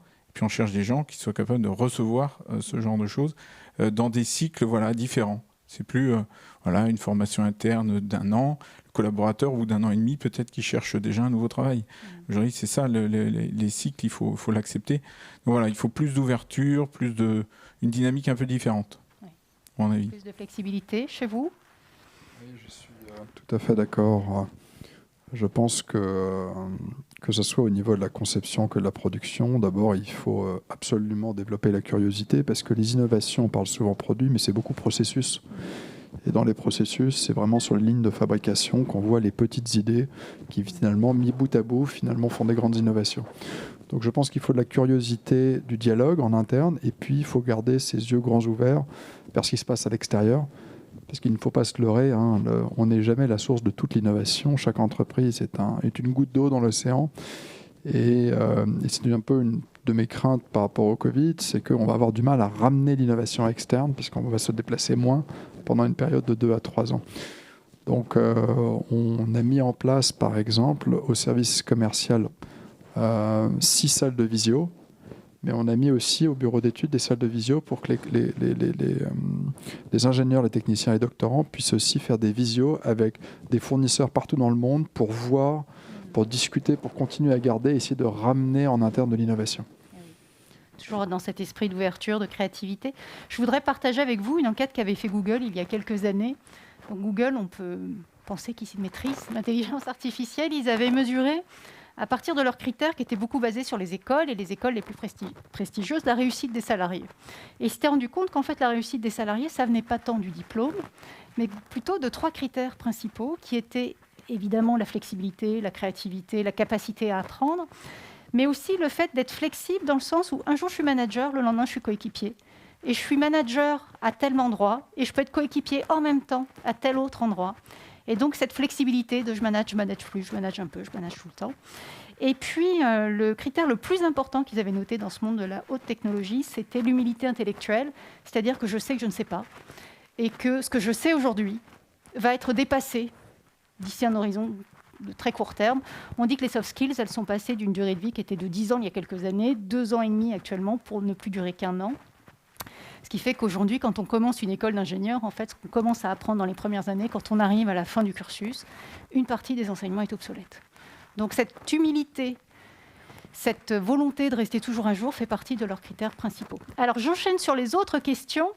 Est-ce que vous sentez que vous sortez plus fort de cette période ? Alors, je peux peut-être répondre sur celle-là. GIS, on a eu cette chance exceptionnelle d'avoir une usine en Chine qui nous a permis de mieux préparer l'entrée dans le confinement et le déconfinement.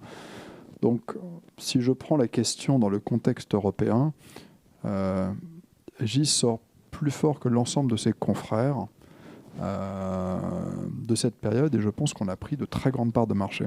Donc oui, on va sortir plus fort. Maintenant, si je sors d'Europe, je dirais que GIS va s'affaiblir parce qu'en ce moment, la Chine tourne à toute allure. Je vois bien mon unité chinoise, je vois bien mes fournisseurs, ça voyage, ça travaille, ça innove énormément. Et on voit bien que les entreprises européennes et américaines vont avoir 2-3 ans de ralentissement de transport, peut-être ralentissement d'innovation vis-à-vis d'une Chine qui va tout à l'heure. Donc je répondrai oui et non. Oui, dans un contexte européen, je pense qu'on a pris une somme de décisions qui nous met plutôt sur le haut de la pyramide. En revanche, cette pyramide, elle est plus basse que la pyramide chinoise qui accélère en ce moment. D'accord. Et pour vous, Nicolas ? Alors plus fort à très court terme, c'est compliqué parce qu'on a, comme tous, on a souffert un peu, hein, mais on voit qu'on réactive nos fameux chantiers de transformation, donc ça c'est bon signe, que nos clients aussi. Donc je ne saurais pas répondre un oui affirmatif aujourd'hui. Par contre, les prochains mois vont en dire long. C'est-à-dire que si on recommence à investir, si on recommence à se projeter à plus de 3 mois, hein, parce que dans notre métier, c'était inédit. Dans certains, c'est normal. Mais on ne voyait pas plus loin que 3 mois. Alors que dans nos métiers, on est plutôt à 6 mois, 1 an, voire plus parfois sur certains grands projets. Donc, la dynamique est bonne. Et si elle s'enclenche véritablement, oui, on pourra dire qu'on sera sorti plus fort de cette période-là. Oui, puis là, on parle de l'extérieur, on peut aussi parler de l'interne, comme vous le disiez, Bruno Bouygues, où vous avez senti un fort renforcement du sentiment d'appartenance, d'implication de vos équipes. Je pense que c'est vrai chez GIS, mais je pense que c'est vrai pour toutes les entreprises. Je pense que, comme Nicolas l'a très très bien dit à un moment, le lien avec l'entreprise a un rôle véritablement social dans lequel on permet à des hommes et des femmes de tisser des liens d'amitié forts. Et à chaque crise qu'on arrive à dépasser, je trouve qu'il y a un sentiment d'appartenance qui se cristallise très fort. Je pense que c'est le cas chez GIS, mais ça a dû être le cas chez Seb ou chez Jouve. Enfin, c'est mon sentiment. Merci messieurs. Je voudrais terminer par une dernière question pour Élodie, à moins que j'ai d'autres questions, mais sinon on va conclure là. Élodie Cavaroc, quels sont les intérêts du prêt de main-d'œuvre pour les salariés prêtés ? Alors, à mon sens, ils sont multiples. Déjà, d'une part, comme je l'ai souligné tout à l'heure, à mon sens, c'est un développement de leur employabilité parce que, du coup, ça développe leur capacité d'adaptation. Ils apprennent de nouvelles méthodologies de travail, de nouvelles organisations. Ils utilisent de nouveaux outils. Donc, ça, déjà, d'une part.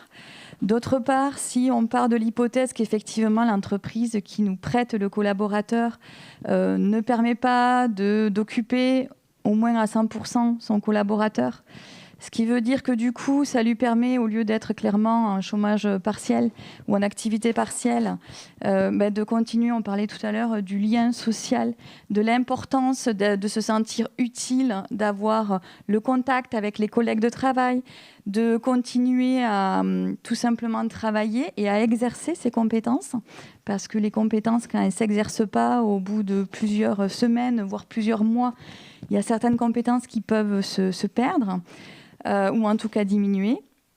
Et puis, le dernier avantage, c'est qu'effectivement, c'est un avantage également pécunier, financier, dans le sens où, dans la même hypothèse, si l'entreprise qui prête est une entreprise qui a une baisse d'activité et qui se retrouve à mettre ses collaborateurs dans un système du chômage partiel, le collaborateur n'a pas un maintien à 100% de sa rémunération, il a 84% de son salaire net, sans parler qu'il y a le delta sur les diverses primes qu'il peut y avoir. On sait qu'elles ne sont pas toutes maintenues dans le chômage partiel. Et donc là, le collaborateur garde l'intégralité de ses avantages sociaux et de sa rémunération. Donc oui, clairement, trois intérêts pour le collaborateur. Je pourrais en rajouter un qui a été, notre souhait au niveau du groupe SEB. C'est qu'en plus, on a souhaité, je le disais tout à l'heure, de développer son employabilité.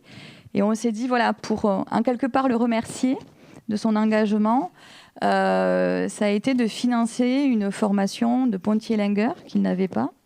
Et donc, du coup, de là aussi, une habilitation supplémentaire, un engagement de notre part, qu'il pourra derrière mettre en valeur dans son entreprise ou ultérieurement utiliser si malheureusement il devait être confronté à d'autres difficultés. Très bien. Je vous remercie tous les trois pour nous avoir permis de vivre de l'intérieur la gestion d'une crise si inédite et puis le test de solutions innovantes. Merci beaucoup. Et on voit bien à quel point les entreprises qui s'en sortiront le mieux seront celles qui seront les plus agiles, les plus flexibles, les plus innovantes et qui sauront le mieux susciter l'engagement salarié. C'est vraiment aussi au cœur de vos réussites de demain. Et je voudrais terminer sur une note un peu plus personnelle sur ce qui nous concerne, nous, tous, à tous les niveaux. Pour nous aussi, à titre individuel, cette crise, c'est une invitation à évoluer et à nous adapter.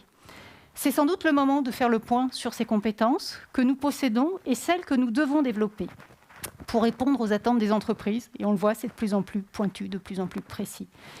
Pour les personnes qui sont en demande d'emploi, il existe un dispositif de financement d'un certain nombre de formations gratuites jusqu'à la fin de l'année. Et je vous invite vivement à aller rencontrer votre conseiller de Pôle emploi pour faire le point sur ce que vous pouvez faire et comment vous pouvez enrichir vos compétences. Pour ceux qui sont en poste aussi, c'est peut-être le moment de mobiliser son CPF, son compte personnel de formation, ou de rencontrer un conseiller en évolution professionnelle. Vous savez que, quelle que soit votre situation, vous avez tous accès gratuitement à des conseillers, des consultants, qui vont vous aider à vous situer et à gérer l'évolution de votre carrière. Ce jeudi, donc, se tient un salon de l'emploi qui sera l'occasion de rencontrer des entreprises. Elles seront nombreuses, 140, et vous y serez. Mais aussi 80 acteurs de la formation, de l'orientation, de l'emploi. Et je vous invite à aller les rencontrer pour faire le point, pour échanger. Et j'ai une conviction, c'est qu'après ces mois de confinement, je pense que c'est dans l'échange direct que peuvent naître les nouvelles idées de rebond, les opportunités. Alors je vous souhaite de belles rencontres. Et je passe la parole à Monsieur Poisson qui va conclure cette soirée. Et je vous remercie à nouveau chaleureusement. Merci à vous.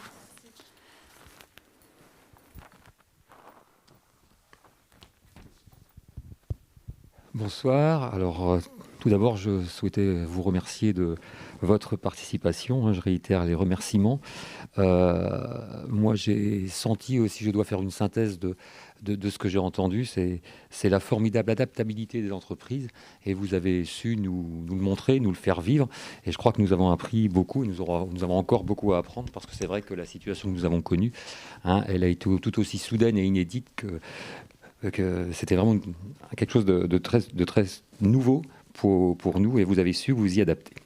Alors cette semaine, oui, on en a parlé, cette semaine de Laval Emploi, on va forcément y parler d'emploi. L'emploi qui est essentiel dans le lien social, on l'a dit tout à l'heure, qui est essentiel dans la vie quotidienne, puisque l'emploi, c'est une possibilité de s'investir dans un métier, dans une profession, de mettre en œuvre ses compétences, ses connaissances, c'est l'opportunité d'évoluer, ça l'a été dit, de se former et de toujours apprendre.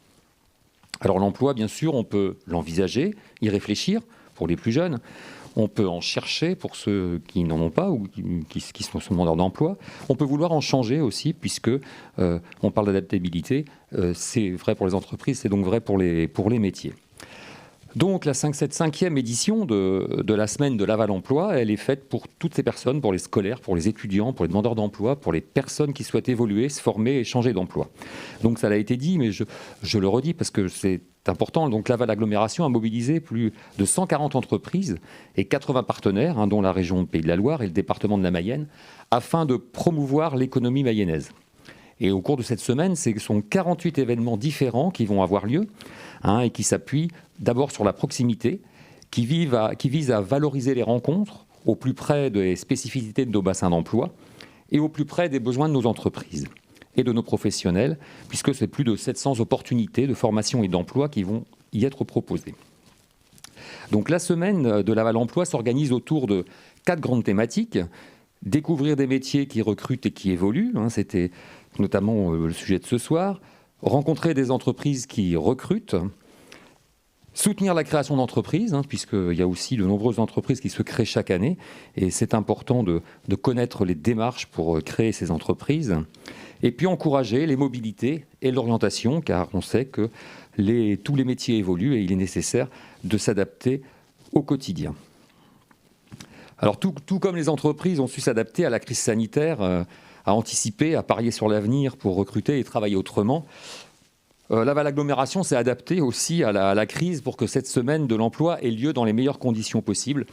Et au vu des enjeux économiques et sociaux liés à la reprise économique, nous avons estimé que nous devions absolument accompagner cela et maintenir cette semaine de l'emploi avec des événements à distance, comme celui de ce soir, mais également des événements qui auront lieu en présentiel, évidemment en mettant en œuvre tous les protocoles sanitaires pour que tout se passe pour le mieux.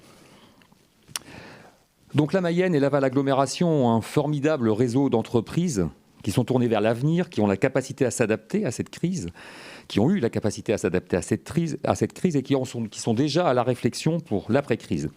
Donc cette semaine est faite pour mettre en avant toutes ces entreprises de notre territoire, des entreprises qui avancent, cette semaine est faite aussi pour montrer les capacités à s'adapter, à accompagner les salariés dans leur mission, dans leur travail et dans l'évolution des postes. Cette semaine, elle est là aussi pour accompagner le besoin des entreprises à pouvoir recruter des salariés à tous les niveaux, pour fonctionner et continuer à faire vivre nos territoires, car il n'y a pas de territoire dynamique sans économie et sans entreprises dynamiques. Donc Laval Agglomération et le département de la Mayenne mettent vraiment tout en œuvre pour accompagner ce besoin de recrutement, pour montrer non seulement que l'on peut travailler en Mayenne, mais que nos territoires ont également tous les atouts pour pouvoir bien y vivre. Donc voilà, merci à vous. Et puis, je souhaite que cette semaine soit prolifique pour tous. Merci.